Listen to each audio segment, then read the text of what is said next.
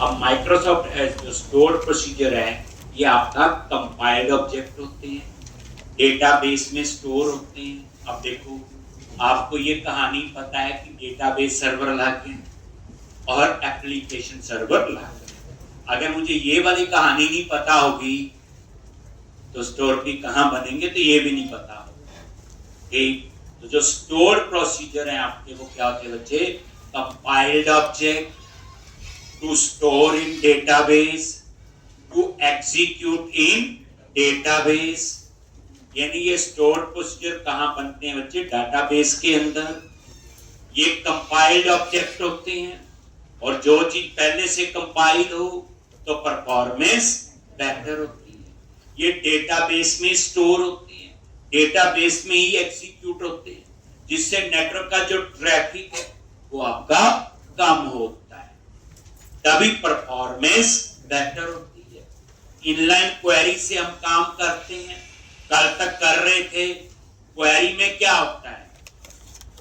वो क्वेरी पहले सीक्वल के इंजन में जाएगी, जहां पे आपका डाटाबेस होगा, वहां पे जाके पहले वो क्वेरी कंपाइल होगी और फिर वो एग्जीक्यूट होगी।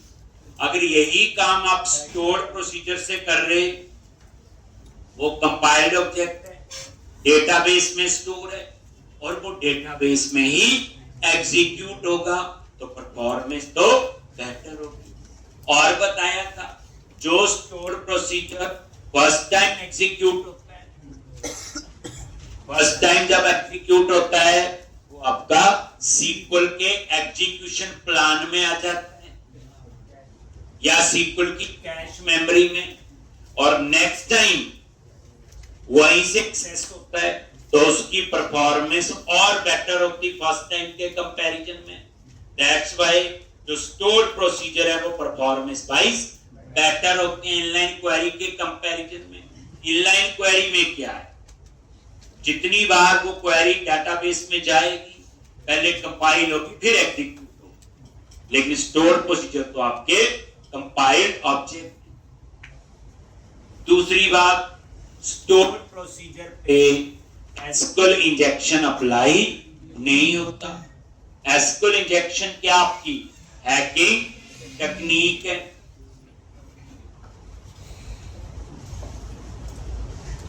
एक जो इनलाइन क्वेरीज पे अप्लाई हो सकती है, बट स्टोर प्रोसीजर पे अप्लाई नहीं होती।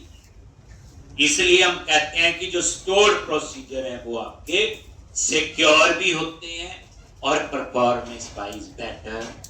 क्लाइंट दो ही चीजें मांगेगा, परफॉर्मेंस बेटर होनी चाहिए और सिक्योर। तो इसीलिए हमें क्या पढ़ने पड़ रहे थे? Store procedure. लास्ट लेक्चर में बताया था स्टोर भी कैसे बनाते हैं, और 4-5 स्टोर भी बनाए भी थे। एक क्वेरी तो वही लिखी थी जो हमने इनलाइन पढ़ी थी, उठा के कहां लिख दी? Store procedure. एक अब ये जो स्टोर प्रोसीजर है, ये क्या है? यूजेबिलिटी का काम भी करेंगे। जो स्टोर भी एक बार बना लिया, उसको 10 बार कॉल करो, 50 बार कॉल करो। जैसे आज मैं लॉगिन के लिए स्टोर भी बनाऊंगा, जितने लोग लॉगिन करेंगे सारे उसी को कॉल करेंगे। अब वो कंपाइल्ड ऑब्जेक्ट है, डाटाबेस में स्टोर है, डाटाबेस में एग्जीक्यूट है। जो पहला जब उस स्टोर पी को कॉल करेगा तो वो सीक्वल के एग्जीक्यूशन प्लान में आ जाएगा। नेक्स्ट टाइम सबके लिए वहीं से एक्सेस होगा, और उसके ऊपर कोई एसक्यूएल इंजेक्शन अप्लाई नहीं होगा, तो हैक भी नहीं होगा और परफॉर्मेंस भी बेहतर होगी। लॉजिक विजुअल स्टूडियो, चलते हैं आगे। जितना डेटाबेस चाहिए साथ साथ में पढ़ता हूं, पढ़ाते हैं और साथ साथ हम यूज करते हैं।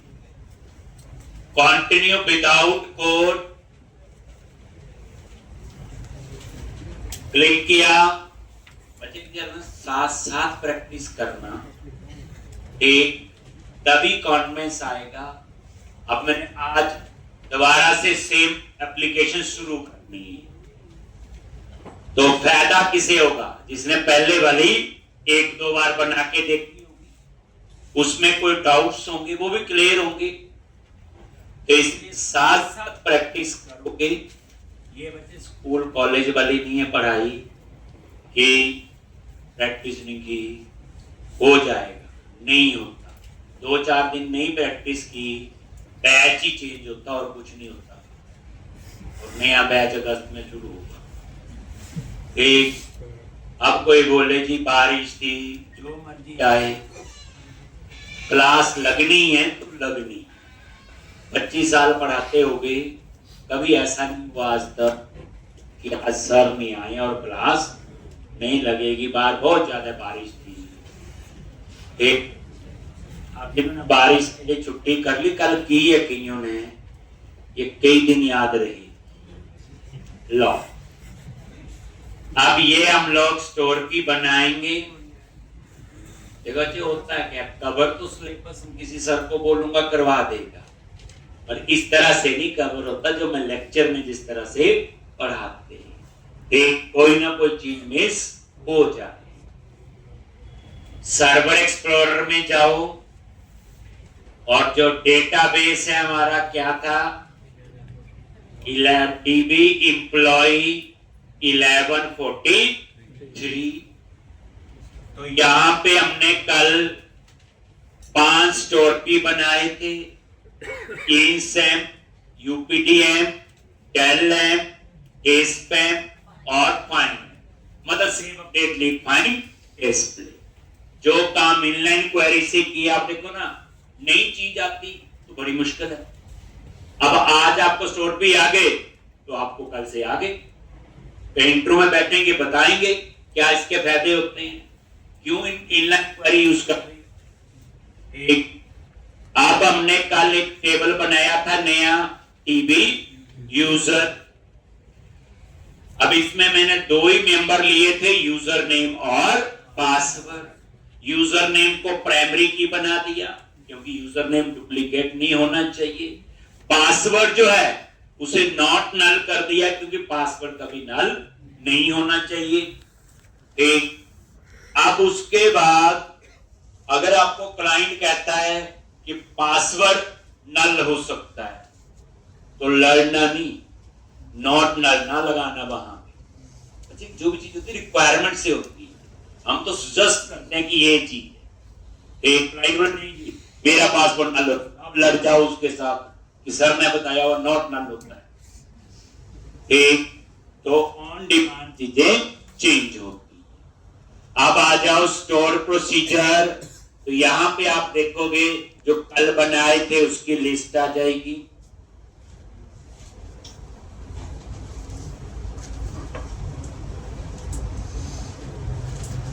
स्टोर प्रोसीजर पे राइट क्लिक करो, ऐड न्यू स्टोर प्रोसीजर।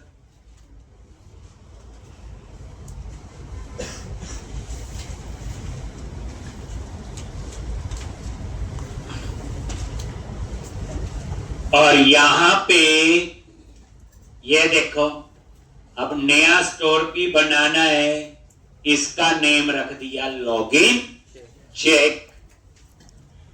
इसमें थोड़ा नया कोड सीखेंगे और यहां पे @UN ये यूजर नेम के लिए पैरामीटर और ये varchar 50 comma user password varchar 50। याद बताना स्टोर प्रोसीजर के अंदर अगर हम varchar का साइज ना दें तो बाय डिफॉल्ट varchar का साइज क्या लेगा? 10।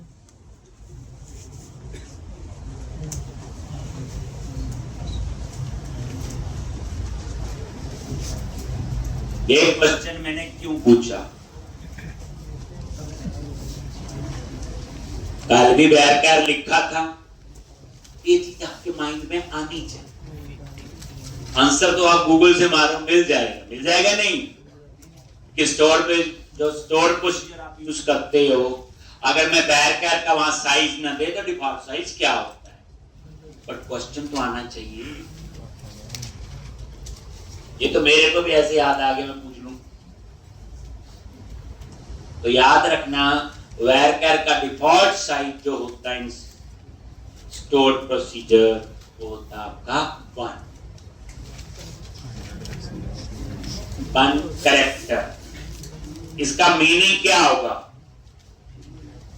जैसे मान लो आपने पासवर्ड लिखा एडमिन, तो ये एरर नहीं देगा, ये एडमिन का ए उठा लेगा, बाकी ट्रंकेट कर देगा और हमें कई दिन तक नहीं पता चलेगा क्या हमारे साथ हो गया, कहां गलती है। एक एरर थोड़ी आएगी, ये क्या करेगा, एडमिन का ए उठा लेगा, बाकी क्या कर देता है, ये ट्रंकेट। याद रख, ठीक। तो जो आपने साइज दिया होता है, ठीक, मान लो कोई चीज 50 कैरेक्टर की लिखी हुई है, अगर आपने 60 कैरेक्टर लिख दिए तो क्या करेगा, पहले 50 उठा लेगा और बाकी 10 को ट्रंकेट कर देगा, इसमें एरर नहीं आएगी। अगर मैं इसकी डाटा टाइप कर दूं, एक मान लो टाइनी इंट, टाइनी इंट का मैक्सिमम साइज कितना होता है, 255। बड़े दूसरे देख रहे, मैंने पढ़ाया होगा 255। अगर मैं इसमें 256 लिख दूं तो क्या करेगा,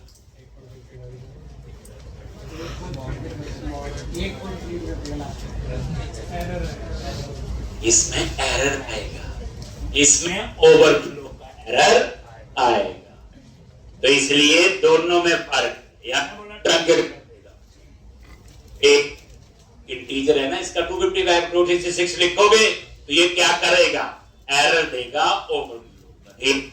तो जो ये ट्रंकेट वाला कंसेप्ट है वो किसमें चलता है, ये varchar स्ट्रिंग में। एक पूरी बात समझनी, ये ना बड़ा मैंने सिखाया है, आप याद रख लेते हो। एज के बाद मेरा आना, जिस बच्चे को ये पता चल गया क्या पढ़ना है ना, गूगल में सब लिखते हैं। अभी हमारा इस तरह से नहीं चलता। लो जी, एज के बाद क्या करेंगे, ध्यान से, एज के बाद ब्लॉक है। सबसे पहले मैं एक वेरिएबल डिक्लेयर कर रहा हूं, देख लो सीक्वल में वेरिएबल कैसे डिक्लेयर करते हैं। डिक्लेयर @ap एक्यूरेट पासवर्ड, और यहां पे varchar 50।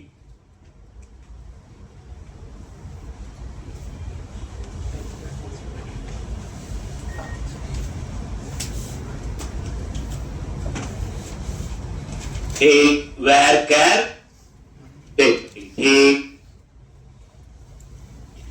डिक्लेयर @ap क्या है, एक्यूरेट पासवर्ड। तो @ap में आपका आ जाएगा एक्यूरेट पासवर्ड, एक वेरिएबल डिक्लेयर किया। तो वेरिएबल कैसे डिक्लेयर करते हैं, ये इसका सिंटैक्स है, डिक्लेयर वेरिएबल का नाम और एक सीक्वल में थोड़ी देर भूल जाओ शीशा, सच में नहीं, वैसे इसके सिंटैक्स अलग है और उसके अलग। अब इस वेरिएबल में मैंने एक्यूरेट पासवर्ड स्टोर करना है, @ap। देख लो, एक क्वेरी से भी हम वेरिएबल में डाटा स्टोर कर सकते हैं। कैसे, सेलेक्ट @ap वेरिएबल का नेम और यू पास क्या है, कॉलम का नेम। वो कॉलम कहां है, फ्रॉम टीबी यूजर। जो यूजर टेबल बनाया था उसमें 2 मेंबर थे, यू नेम और यू पास। अब यहां पे पासवर्ड तो एक का आएगा, तो where u name is equal to @u। जो यूजर नेम हम पास करेंगे, दोबारा देखो, यू नेम लिखा, ये टेबल में कॉलम में, और इसको प्राइमरी की बनाया, एक इंडेक्स हुआ है तो रिट्रीविंग तो फास्ट हो। और यू नेम यहां पास करेंगे हम लोग। ठीक, तो जो यू नेम पास करोगे ठीक, वो टेबल में मैच करेगा। ये कंडीशन ट्रू तभी होगी जो यूजर नेम पास किया वो डाटाबेस के टेबल में है। अगर वो यूजर नेम एग्जिस्ट करता है तो @AP में उसका क्या आ जाएगा, एक्यूरेट पासवर्ड। अगर आपने यूजर नेम के स्पेलिंग गलत लिख दिए जो डाटाबेस में नहीं है तो वेयर के बाद कंडीशन क्या होगी, फॉल्स। इस नाम से यूजर है ही नहीं तो @AP में क्या आएगा, नल। क्या आएगा, नल। तो इसका मतलब ये हुआ कि जो यूजर नेम हम पास करते हैं अगर वो यूजर नेम मैच हो गया डाटाबेस में तो @AP में एक्यूरेट पासवर्ड आएगा। अगर वो मैच नहीं हुआ, स्पेलिंग गलत हो जाते हैं, तो @AP में नल। ठीक, तो अगर if @AP is null, AP is null, अगर ये नल है ऐसे चेक होगा, सीक्वल का सिंटैक्स है। अगर ये नल है तो इसका मतलब मेरा यूजर नेम गलत है, तो मैं यहां पे रिटर्न करवा दिया -1। कल ही लिखवाया था स्टोर प्रोसीजर भी वैल्यू रिटर्न करता है but it returns only integer value. तो आप -1 कर लो, 1 कर लो, वो आपकी चॉइस। तो रिटर्न -1। तो अगर ये स्टोर प्रोसीजर -1 रिटर्न कर रहा है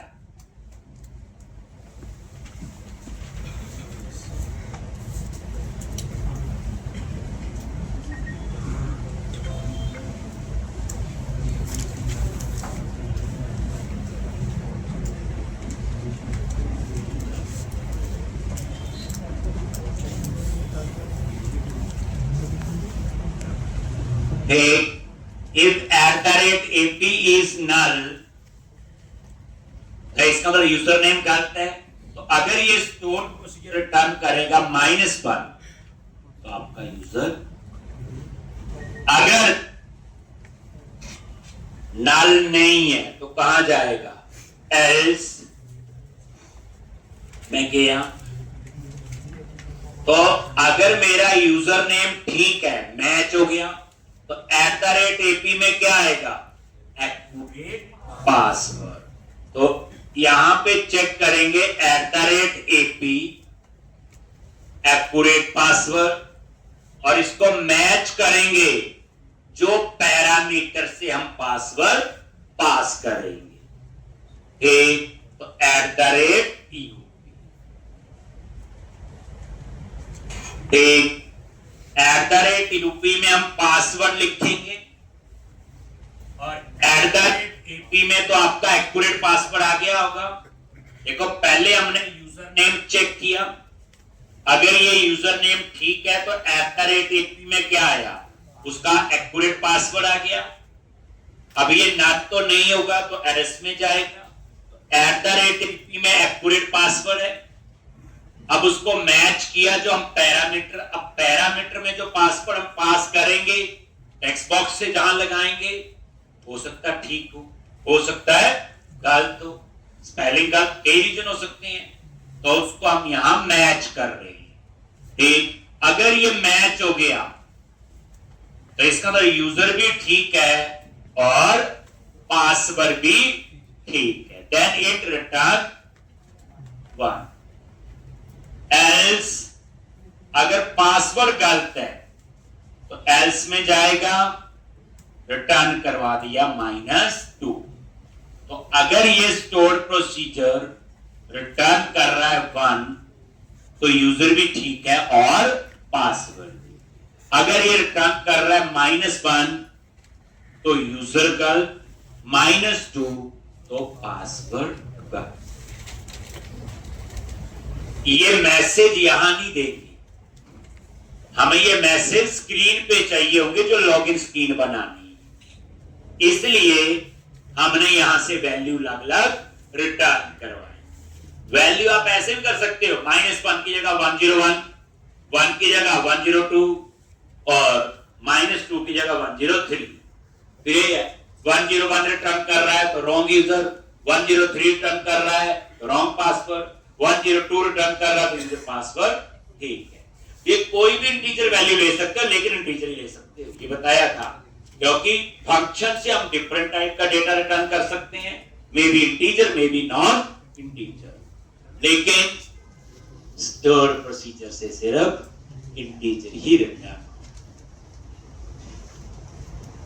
एक तो इसमें आपको इफ भी पता चल गया, वेरिएबल डिक्लेयर करना भी आ गया, वेरिएबल में डाटा भी आ गया आपको स्टोर करना, और फंक्शन से वैल्यू। तो इतनी चीजें आपको यही से पता चल। ठीक, ये बच्चे comparison operator single equal to होता है, इसमें सी शार्प में डबल इक्वल टू होता है, थोड़ा बहुत फर्क तो लैंग्वेज का होता है, पर मीनिंग तो वही है ना। अब आप अपडेट करो, अपडेट पे क्लिक किया और अपडेट डेटाबेस, तो ये आपका एक और स्टोर प्रोसीजर। ठीक है जी, तो अभी मैंने स्टोर प्रोसीजर में इतना ही करवाना था। अब हम वापस जाएंगे ASP.NET में, कोई जावा में जाएगा, कोई पाइथन में, कोई PHP में, वहां जाके इनको कैसे एक्सेस करना है। अब आज आपके माइंड में पिक्चर क्लियर होगी, डाटाबेस बना लिया, स्टोर भी बना लिया। अब क्लाइंट कहता जावा लैंग्वेज यूज कर दी, तो आपको पता है जावा में एप्लीकेशन बनाएंगे, रन करेंगे, स्क्रीन बनाएंगे। डाटाबेस को एक्सेस करना है तो यहां तो कनेक्शन सिंक वेब कॉन्फ में लिखते, वहां कहां लिखते होंगे। यहां कनेक्शन ओपन के लिए एसक्यूएल कनेक्शन क्लास है, वहां क्या होती होगी। यहां क्वेरी को एग्जीक्यूट करने के लिए एसक्यूएल कमांड है, वहां क्या होती है। ठीक, बस ये सीखो और उसमें कर लो यूज। तो अब आप लोग बच्चे ये आपने पहले बना, ठीक है जी। तो अब हम लोग एक नया प्रोजेक्ट बनाएंगे। अब वापस ASP.NET में पूरी रिवीजन होगी बच्चे। जो एप्लीकेशन मैंने कल कंप्लीट की थी 99% वो सेम कोड, तो कोई डाउट हो कुछ भी हो और क्लियर होंगे, आपसे भी पूछेंगे कितनी अच्छी प्रैक्टिस की है। इतना बता दूंगा किसने 3 बार की है या 4 बार की है या 1 बार की, नहीं करने वाले भी होंगे, क्योंकि अभी मेरे पढ़ाने का तरीका उनको पता ही नहीं है। बच्चे मैंने तो पढ़ाना शुरू नहीं किया अभी, ये तो खेलने खुलने वाली चीजें हैं। सीखने आए इतने लोग, असली पढ़ाई तो शुरू होगी और उस समय आपको अपने आप ही पता चल जाएगा कि वो क्या होती है। क्रिएट अ न्यू प्रोजेक्ट, एक वही same template ASP.NET web application. बस ये एप्लीकेशन बच्चे बनाने के बाद MVC शुरू करेंगे। अब यहां सिर्फ 2 ही चीजें हुई, डाटाबेस ही मेन हुआ और स्क्रीन। वहां तो HTML भी आएगी, बूटस्ट्रैप भी आएगी, जावास्क्रिप्ट भी आएगी। वहां 3 चीजें और आएंगी इसके साथ साथ, और MVC तो आएगा। ठीक, तो वहां पे कहानी और तरह से होगी, लेकिन मैं वही बोलूं, ये सेम एप्लीकेशन MVC में बनानी पड़ेगी। यही save, update, delete, find, display वहां भी। ठीक, अब यहां पे नई एप्लीकेशन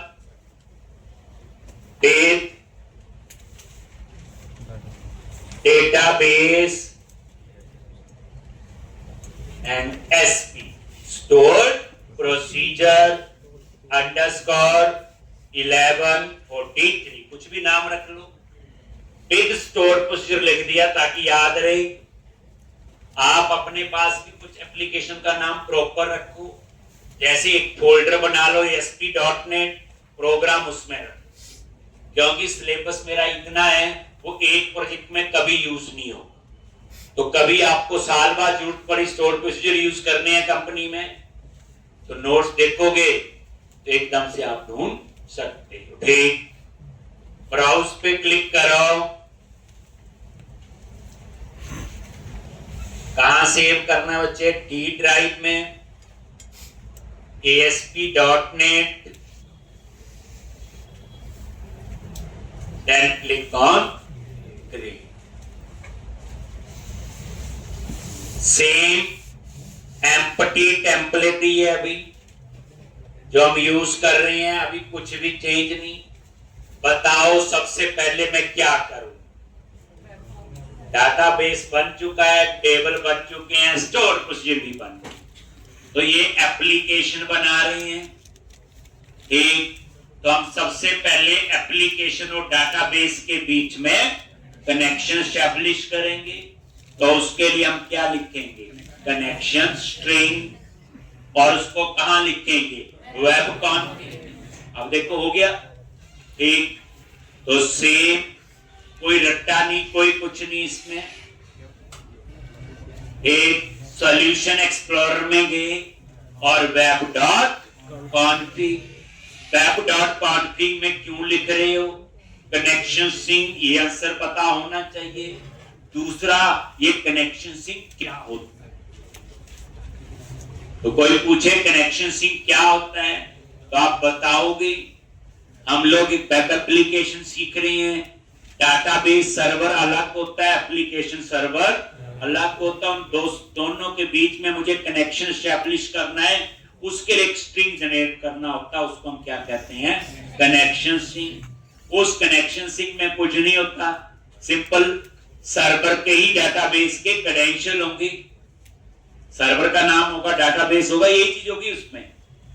उसके बाद उस कनेक्शन स्ट्रिंग को वेब कॉन्फिग में क्यों लिखते हैं?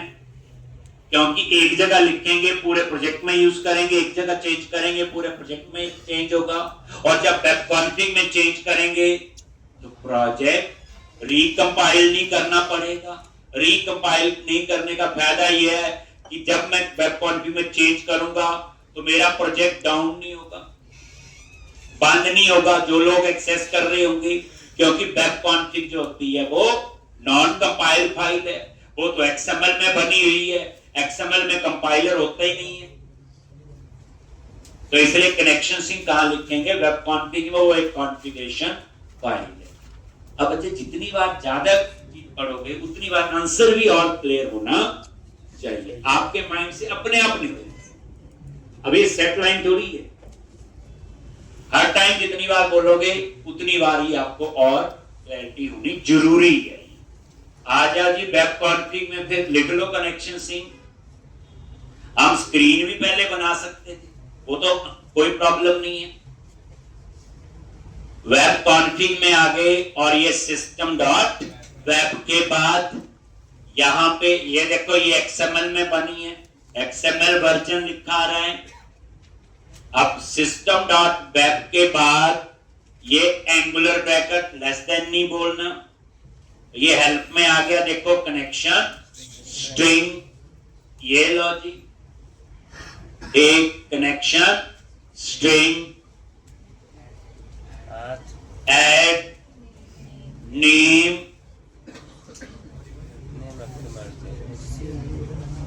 एक की का नाम है, कुछ भी रख सकते हो, लॉजिक कॉन STR रख दिया, जरूरी CN रखना है, जो मर्जी रखो, एक्सेस इससे करना, ये की का नाम है। उसके बाद कनेक्शन स्ट्रिंग असल में तो सबसे पहले सर्वर का नेम क्या लिखेंगे? यहां आएगा डाटाबेस सर्वर का नेम, पूरी बात, इसका नाम आएगा डेटाबेस सर्वर। और ये डाटाबेस सर्वर का नेम कहां से देखते हैं बताया हुआ?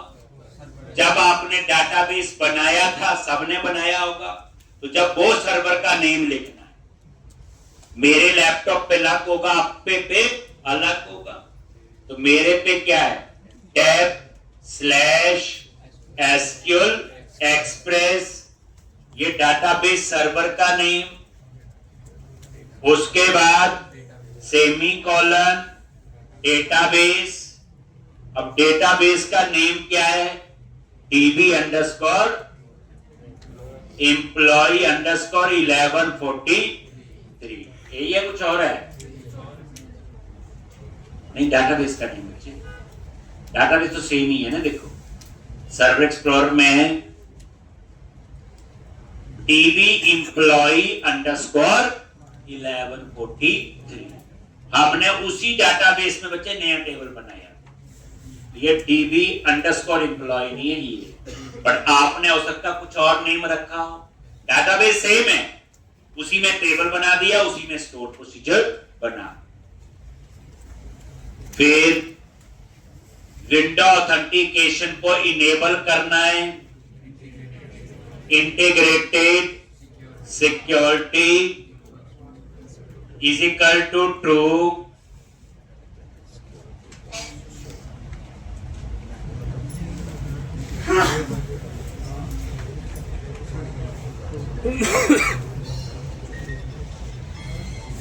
Integrated security is equal to true. ये किसके लिए होता है? विंडो ऑथेंटिकेशन को इनेबल करने के लिए। हमारा डाटाबेस विंडोज ऑथेंटिकेशन में बना है, अगर एसक्यूएल सर्वर ऑथेंटिकेशन में होता तो इंटीग्रेटेड सिक्योरिटी की जगह यूजर नेम और पासवर्ड लिखते जो माइक्रोसॉफ्ट एसक्यूएल सर्वर का था।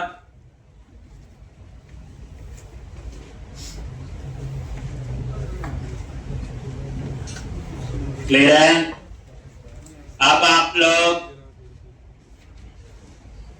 बस लिख दिया कनेक्शन से। अब इस लाइन को देख के सोचो क्या होता है, क्यों लिखा, यहां क्यों लिखा। जो आपके माइंड में सारे क्वेश्चन आते हैं उनको क्लियर करो, फिर आगे बढ़ो। नहीं तो ये तो सिंटैक्स है, सिंटैक्स पे नहीं कंफ्यूज होंगे, इसमें मैं भी कोई हेल्प नहीं कर सकता। सिंटैक्स तो सिंटैक्स ही है, लिखना ही पड़ेगा।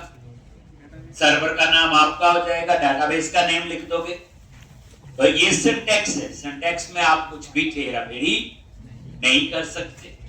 बट क्या होता है कनेक्शन से यहां क्यों लिख रहे, ये आपका कंसेप्ट होना। चलो जी बन गया। अब हम लोग स्क्रीन बनाएंगे डेटा एंट्री के लिए। तो click on project, add new item और वेब फॉर्म, और इस स्क्रीन का नाम क्या रख दिया बच्चे? एम्प्लॉय। तो वही employee.aspx फाइल बन जाएगी। क्या बन जाएगी? employee.aspx, ये नेम रख दिया। एक लॉजिक। अब इसको स्टार्टअप पेज बना दो ताकि रन करे। तो सबसे पहले ये वाली फाइल है, और भी कई पेज हो सकते हैं कल को। तो कैसे करोगे? Click on view, solution explorer और right click employee.aspx and set as start page. How to create startup page ताकि रन करे। तो सबसे पहले क्या हो?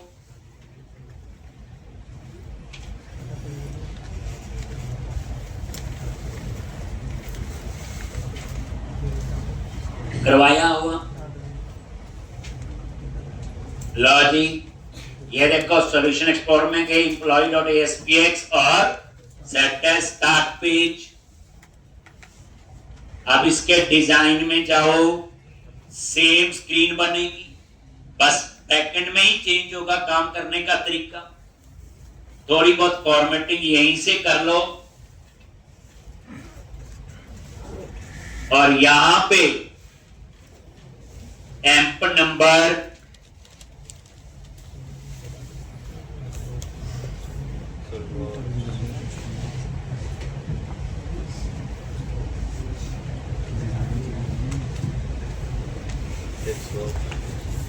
और text box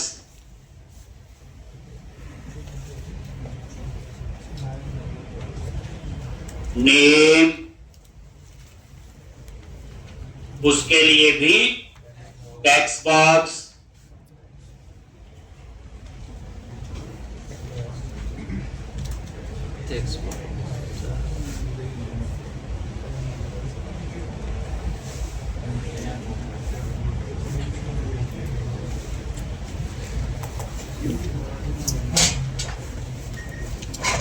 name, address, salary,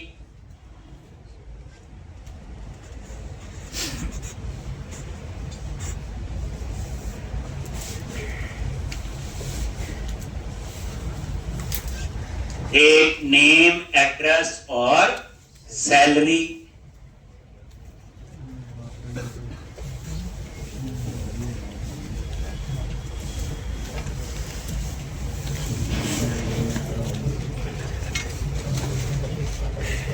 और यहां पे बटन,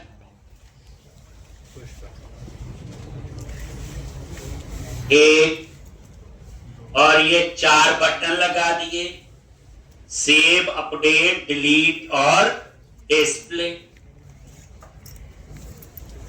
वही सेम, यही पुश बटन। फर्स्ट बटन की प्रॉपर्टीज में जाओ, टेक्स्ट चेंज कर दिया, सेव, फॉन्ट भी चेंज करना है, बोल्ड कर लो, और साइज।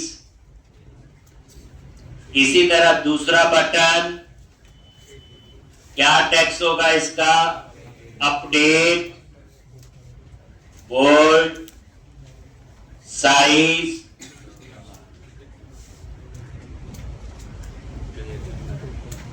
उसके बाद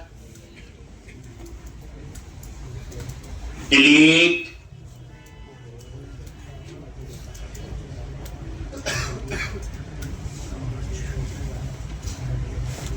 उसके बाद डिस्प्ले,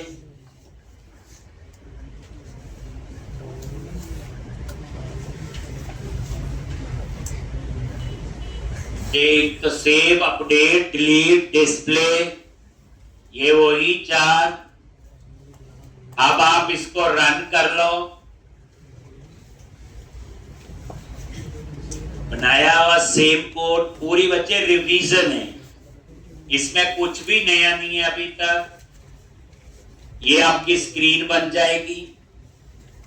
अब हम इस पेज पे डाटाबेस यूज करेंगे, क्योंकि डेटा जो है डाटाबेस में तभी जाएगा। तो क्या करोगे आप लोग, बोलो। इसके कोड फाइल में गए, डबल क्लिक करो और ये कोड फाइल में आ गए। अब डाटाबेस के साथ कनेक्शन बनाने के लिए कौन सी क्लास यूज करते हो, एसक्यूएल कनेक्शन। ठीक, तो क्या करोगे, मुझे नहीं नेम स्पेस याद, मुझे क्लास का नेम याद है। क्लास का नेम क्या है, एसक्यूएल कनेक्शन। लो, अब ये क्लास मैंने पढ़ाई थी, रट्टे से नहीं, हम इंसान है, क्या क्या याद रख सकते हैं क्या नहीं। मुझे सिर्फ क्लास का नाम याद है, मुझे नहीं पता ये नेम स्पेस कौन से में। ऐसा होगा कई बार आपके साथ। तो क्या करो, क्लास का नेम लिख दिया, स्पेलिंग भी थोड़े आगे पीछे हो गए, मैनेज कर देगा। और यहां पे माउस लेके जाओ और इसी में एक ड्रॉप डाउन लिस्ट साथ में लग चुका है, एरर दे रहा ना ये। यहां पे गए और ये लिखा आ रहा है एसक्यूएल कनेक्शन जो है किस नेम स्पेस में, यूजिंग system.data.sql क्लाइंट, फिर याद आ जाएगा। फिर आप यहां क्लिक कर दो और वो देखो ठीक हो गया, और ऊपर नेम स्पेस भी इंपोर्ट हो। अगर आपको नेम स्पेस पता हो तो पहले लिख लो, नहीं याद हो, भूल गए हो, तो ऐसे भी कर सकते हो। तो यूजिंग system.data.sql क्लाइंट, और ये देख लो दोबारा से कैसे किया, अनडू। मुझे क्लास का नेम पता था पर अप्रोक्सीमेट पूरा भी नहीं पता, तो फिर मैंने क्या किया, लिख तो दिया, माउस लेके गए और यहां पे अपने आप लिखा आ गया कि इसका नेम स्पेस ये, और ये एसक्यूएल कनेक्शन ऐसे लिखना है एस कैप्स में। तो सिलेक्ट किया, देखो अपने आप ठीक कर दिया। तो ये क्लास का नेम है। उसके बाद क्लास का ऑब्जेक्ट, उसके बाद न्यू एसक्यूएल कनेक्शन, और ये जो न्यू के बाद है ये क्या है, क्लास का कंस्ट्रक्टर है। कंस्ट्रक्टर एक मेथड होता है, सेम नेम क्लास नेम, जिसके पीछे ब्रैकेट लगती है, और ये क्लास का नेम है एसक्यूएल कनेक्शन। और ये क्लास हम क्यों पढ़ते हैं, कोई पूछे, माइक्रोसॉफ्ट सीक्वल सर्वर के साथ कनेक्शन एस्टैब्लिश करने के लिए। अब ये क्लास कहां पे है, लो जी एसक्यूएल कनेक्शन पे F12 प्रेस करो, लो जी आ गया। ये देखो ये क्लास का नाम और ये नेम स्पेस आ गया। अब ये एक नॉर्मल क्लास नहीं है, ये कौन सी क्लास है, सील्ड। सील्ड क्लासेस कौन सी होती हैं, जिनको हम इनहेरिट नहीं कर सकते। ठीक, ये आपने देख लीजिए, मैंने सिखा दी। अब F12 प्रेस करो, देखो ठीक। तो जिनको इनहेरिट नहीं कर सकते वो कौन सी क्लासेस होती हैं सी शार्प में, सील्ड। इंट्रो में पूछ लेते हैं। अब आपने ये ऑब्जेक्ट बना लिया बच्चे। अब पेज लोड इवेंट पे आ जाओ, यहां पे कॉन डॉट कनेक्शन स्ट्रिंग, कौन आपका ऑब्जेक्ट है, कनेक्शन स्ट्रिंग उसका नॉन स्टैटिक आपका मेंबर है कोई, क्योंकि नॉन स्टैटिक मेंबर जो है वो क्लास के ऑब्जेक्ट के साथ एक्सेस होते हैं, स्टैटिक मेंबर क्लास के नेम के साथ। तो टेक्निकल चीजों को समझना है। ठीक, तो अब हम क्या सीखेंगे, how to read connection string from web config file. Connection string लिख चुके हैं, रीड कैसे करना है। अब मुझे तो याद है कॉन्फ़िगरेशन मैनेजर क्लास है, पर धुंधला नहीं याद आ रहा मेरे को। मुझे उसका नेम स्पेस याद है, सिस्टम डॉट कॉन्फ़िगरेशन। तो मैं क्या करूंगा, यहां पे ऊपर गए और यहां पे बाद जाके यूजिंग सिस्टम डॉट कॉन्फ़िगरेशन। कई बार नेम स्पेस याद होता, कई बार क्लास याद होती। अब इस system dot configuration name space में वो सारी क्लासेस हैं जो वेब कॉन्फ़िग के साथ यूज होंगी, ऐसे तो याद रख सकते हो। ठीक, अब आपने ये ऊपर नेम स्पेस इंपोर्ट कर लिया। ठीक, इसके अंदर है आपकी क्लास है। अब देखो यहां पे कॉन्फ़िगरेशन मैनेजर, और ये आपका क्या होगा, स्टैटिक मेंबर है, मैंने ऑब्जेक्ट नहीं बनाया। देख लो कॉन्फ़िगरेशन मैनेजर पे F12, ये देखो, मेरे पे बिल्कुल विश्वास नहीं करना, F12 बता दिया, देखो वहां पे देखो स्टैटिक मेंबर है, ऑब्जेक्ट बनाने की जरूरत नहीं पड़ी। और इसमें ही एक मेंबर है कनेक्शन स्ट्रिंग, ये भी स्टैटिक होगा। और यहां पे की का नाम क्या आपका, कौन str,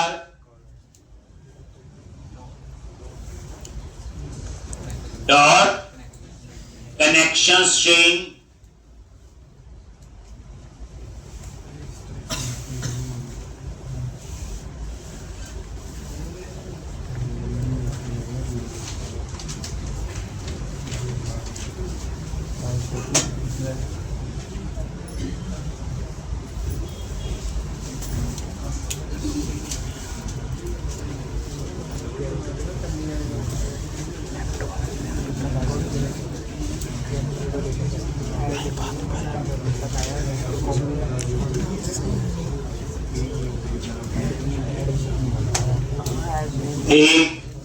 अभी आपका कनेक्शन स्ट्रिंग असाइन हुआ है। ये लाइन है बच्चे, ये सिंटैक्स है। ये लाइन क्या कर रही, read connection string from web config file, और उस कनेक्शन स्ट्रिंग को असाइन कर रही एसक्यूएल कनेक्शन क्लास की कनेक्शन स्ट्रिंग प्रॉपर्टी। लेकिन अभी कनेक्शन नहीं बना, अब हम इस कनेक्शन को क्या करेंगे, ओपन, तभी कनेक्शन एस्टैब्लिश होगा। ठीक, लेकिन उसमें हम चेक करेंगे ये कनेक्शन बार बार ना ओपन हो, क्योंकि वेब एप्लीकेशन है, लाखों लोग एक्सेस कर रहे होते हैं। बार बार कनेक्शन बनेगा तो कनेक्शन पूलिंग की प्रॉब्लम आती है। आपको बताया था एक क्या लिखेंगे, कौन डॉट स्टेट, मैं भूल गया। आगे क्या लिखना है, डबल इक्वल टू भी याद आ गया। क्या करूंगा बोलो,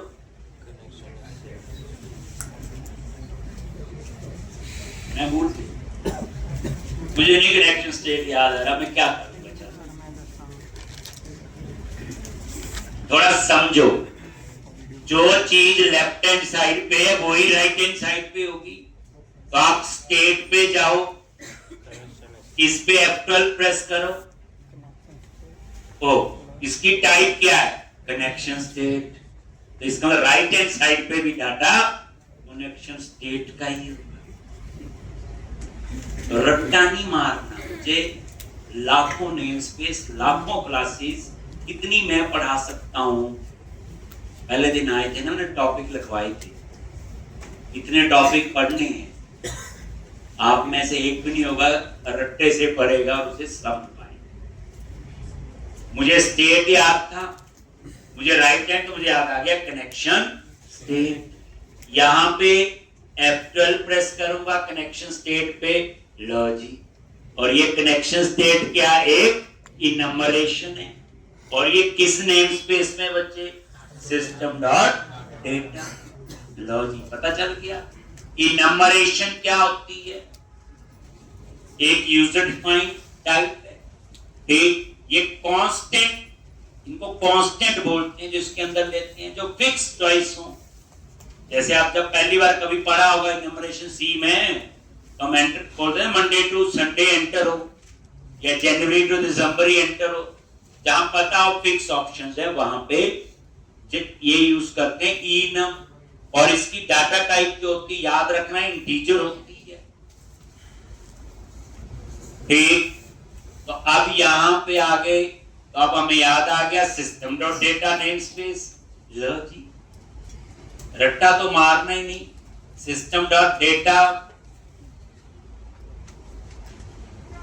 नेम स्पेस ऐड कर लिया। अब आप नीचे आ जाओ और यहां पे अब आप ये देखो, कनेक्शन स्टेट डॉट क्लोज। अगर ये क्लोज है देन कनेक्शन को क्या करो बच्चे, ओपन। बस हो गया। ये लाइन क्या कर रही, to check the connection state, if it is close then open the connection. Practice करनी है आज पूरी बच्चे। अब पिछला प्रोग्राम 2 बार किया होगा, टिप्स पे है, बस थोड़ा तरीका बता रहा हूं। रट्टा नहीं मारना, कैसे चीज को अंडरस्टैंड करना है।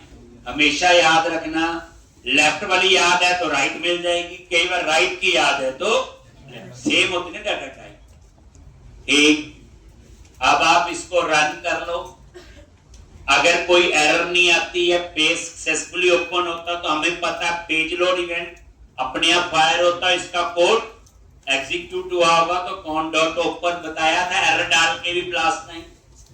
ठीक हो गया। अब हम यहां लिखेंगे एम्प नंबर, यहां लिखेंगे नेम, यहां लिखेंगे एड्रेस, यहां पे सैलरी। सेव के क्लिक में सारी इंफॉर्मेशन डेटाबेस में स्टोर होनी चाहिए। लो जी, लिख लिया। अब याद है हमें सारा, वही एसक्यूएल कमांड क्लास, बस इनलाइन क्वेरी की जगह क्या यूज करनी है, स्टोर। फिर क्वेश्चन पूछे क्यों कर रहे हो स्टोर प्रोसीजर, तो आंसर दे दे। ठीक, आज भी बताया और कल भी बताया। बताते नहीं है बच्चे, जाके मैंने इंटरव्यू में देखा कई बार, वहां बड़ी बड़ी आंखें निकालेंगे, सुना सुना लगता है, तो वो आपकी गलती है। इसलिए कहता हूं कि प्रैक्टिस नहीं करो कि 6 महीने बाद भी चीज याद रहे। जैसे आप लोग भी इंटरव्यू दोगे, लास्ट मंथ में देने होंगे, तो आज की चीज लास्ट मंथ तक कैसे याद रहेगी। एक तो थोड़ी प्रैक्टिस उसी समय इतनी अच्छी कर लो कितनी प्रॉब्लम हमें आए। लो जी, सेव बटन पे आगे बच्चे क्या करेंगे, SQL command cmd is equal to new SQL command. SQL command class जो है ये क्या है, डेटा मैनिपुलेशन के लिए यूज होती है।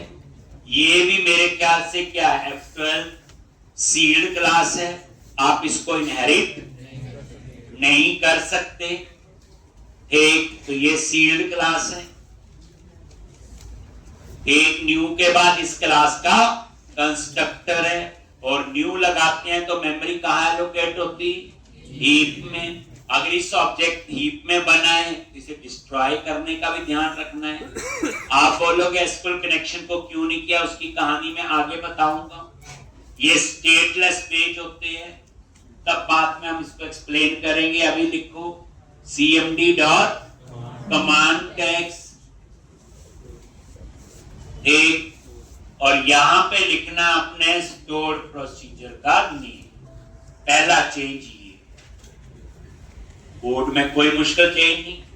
हम यहां लिखते थे पहले इनलाइन क्वेरी, अब इनलाइन क्वेरी की सारी कहानी बता दी है।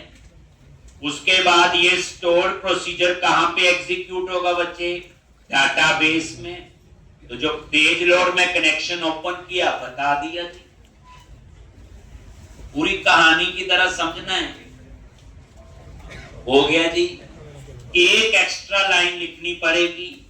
ये कैसे पता चलेगा ये स्टोर्ड प्रोसीजर है या टेबल है या क्वेरी है, तो उसके लिए cmd डॉट बोलो जी कमांड टाइप, और यहां पे क्या लिखोगे,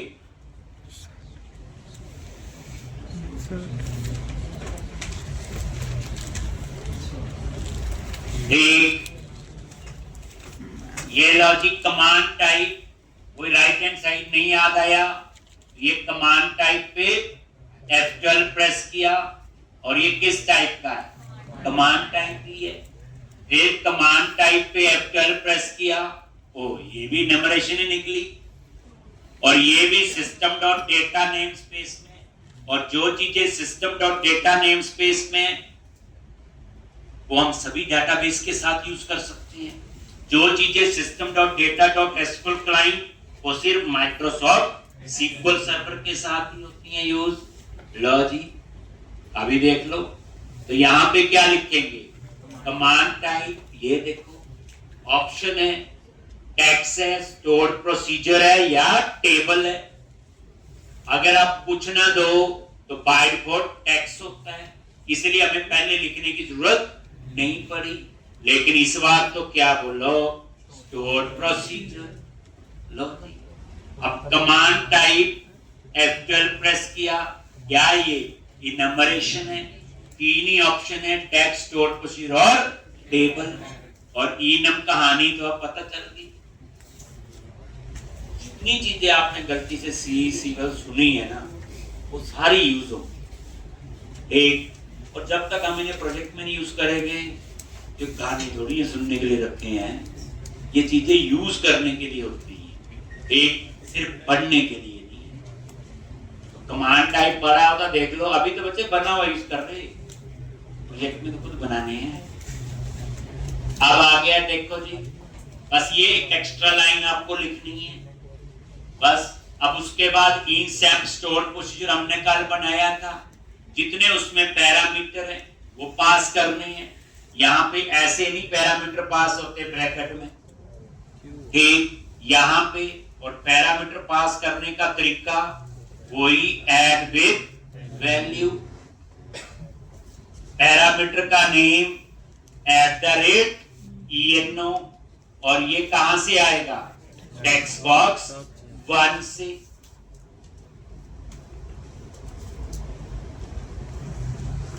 ठीक, और इसी तरह से बाकी पैरामीटर कॉपी पेस्ट नहीं करना।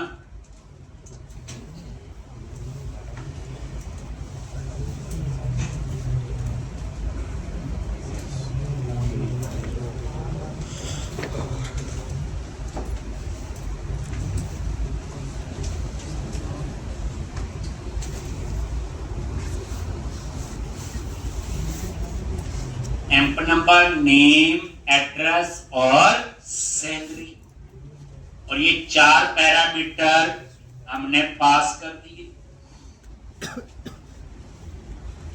ये पैरामीटर के नेम हैरानी से नहीं देखने बच्चे, ना याद आए तो डाटाबेस में जाओ, सर्वर एक्सप्लोरर पे गए और ये आपका डेटाबेस, वहां स्टोर पी को देख लो। एक तो ये चारों पैरामीटर है, ENO, EN, ED और ES, और चारों में वैल्यू कहां से आएगी? टेक्स्ट बॉक्स से। पूरा अपने माइंड ओपन रखना बच्चे, कहां से क्या इंफॉर्मेशन हो रही, स्टोर प्रोसीजर कहां पे है, टेक्स्ट बॉक्स से डेटा आएगा। इतनी जल्दी सीख लेते हो आप लोग, प्रैक्टिस करनी। इस बार वीकेंड पे पता क्या प्रैक्टिस करनी है आपने? जितना मंडे से लेके फ्राइडे तक पढ़ाया ना, वन सिटिंग में उससे में बैठ के खत्म कर देना शुरू, एक बार करना। वन सिटिंग मतलब ये हो गया कि एक बार बैठे, 6 घंटे लगे, 4 लगे, शुरू से 7, पुराना नहीं, सिर्फ मंडे से फ्राइडे तो कर ही लोगे। वो 2 प्रोग्राम ही हैं, एक इससे पहले प्रोग्राम करवाया, एक ये और स्टोर उसमें क्या होगा, आपका माइंड और यार वो चीज मंडे वाली भी याद होगी, फ्राइडे वाली भी होगी, तो आपको वो कहानी याद होगी तो अच्छा लिखोगे, नहीं तो बार बार नोटबुक खोलोगे। एक मतलब कहने को कंसेप्ट माइंड में सोच लो, अप्लाई करते हो सिंटैक्स भूल गए हैं क्योंकि अभी तो इतनी प्रैक्टिस होगी नहीं, तो आप लोग वो देख सकते हो। लो स्टोर प्रोसीजर रह गया बीच में, ये देखो ये स्टोर प्रोसीजर है, ये इंस वाला है, इंस एम, तो राइट क्लिक किया, उसे ओपन करो, यहां पे देखो आ गया नजर, एक आ गया ना। ये 4 पैरामीटर हो, यही तो थे।